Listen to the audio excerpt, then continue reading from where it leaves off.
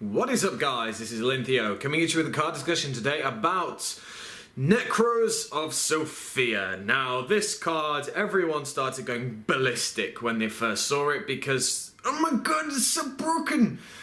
But actually, yeah. So it's a ritual level 11 spellcaster, light, that has 3,600 attack and 3,400 defense, and its effect reads as follows. You can ritual summon this card with any Nekroz ritual spell card. Must be ritual summoned from your hand by using 3 monsters you control with different types, and cannot be special summoned by any other ways. During either player's main phase 1, you can discard both this card and 1 Nekroz spell card.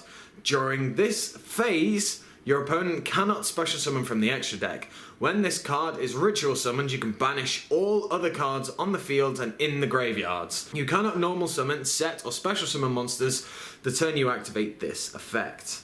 Nekroz of the Sophia is a card that isn't really worth running in Nekroz. Sounds very weird to say that, doesn't it? Because it's got Nekroz in the name, but as we all know, that doesn't necessarily mean it's gonna work in this deck. We break it down. The first thing that is the most painful to read is you have to summon it using 3 different monsters with different types. That's a little bit difficult in Nekroz, if I'm completely honest. It's not that easy, because you can't just use one of them as the whole summon.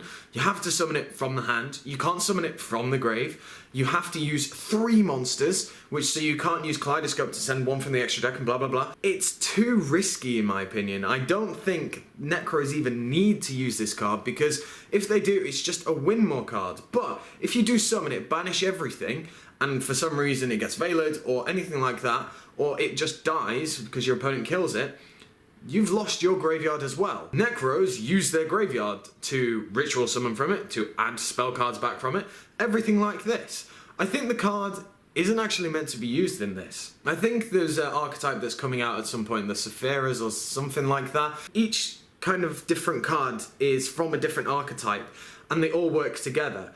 And I think that that's where this is going to go. I think this will be used in there, and you know, if you choose between this Sophia and the original Sophia, this one is much easier to summon, but it's not meant for Nekroz in my opinion. I don't think that this card is actually going to be used in Nekroz because it doesn't really benefit you all that much. You can take down someone with a Nekroz deck completely fine. This doesn't bring anything extra to the deck. And what I mean by that is that what this does, other Nekroz can still do. And I don't mean that the actual effect to banish, I mean the fact that it doesn't bring anything so earth-shatteringly good to the deck that you need to run it, that you need to give up 3 monsters with different types just to summon it.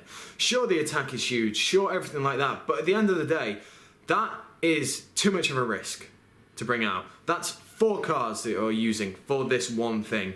And if it gets bottomless, if it gets veiled, if it gets warninged, if it gets fiendished, anything like that, you've just -3 for yourself. So I want to know what you guys think of the card, now that the hype's come down from it, because I didn't want to talk about it until it was kind of out of the way and people's minds started clearing on the fact that it's actually not as good as it first once thought, because everyone got past the actual effects and actually read the summoning conditions. So as I said, let me know down in the comment section below what you think of the card. Like, comment, subscribe, and I shall catch you guys later.